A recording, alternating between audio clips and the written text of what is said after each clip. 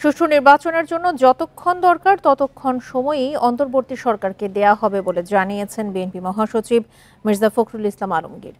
দুপুরে রাজধানীর ইঞ্জিনিয়ার্স ইনস্টিটিউশনে বিশ্ব শিক্ষক দিবস উপলক্ষে আয়োজিত শিক্ষক সমাবেশে একথা জানান তিনি। মির্জা ফখরুল বলেন, আবারও 111-এর মতো -2 ফর্মুলা দেখতে চায় না বিএনপি, চায় না মৌলবাদ জঙ্গিবাদও। বিরাজনীতিকরণ নয়, উদার গণতন্ত্র বিএনপি দেখতে চায় বলেও জানান বিএনপি মহাসচিব। পরে বলেন, ছাত্র জনতার রক্তের বিনিময়ে সাময়িক বিজয় এসেছে, এই বিজয় ধরে রাখতে না পারলে সব ব্যর্থ হবে। প্রয়োজনে রাজপথে আবারও আন্দোলনের হুঁশিয়ারি দেন মির্জা ফখরুল। আমরা সেই পর্যন্ত সময় দেব যে পর্যন্ত একটা যৌক্তিকভাবে তারা একটা নির্বাচনের ব্যবস্থা তৈরি করতে পারবে। আমরা আবার মৌলবাদ বা জঙ্গিবাদকে দেখতে চাই না, আমরা আবার সন্ত্রাসকে দেখতে চাই না।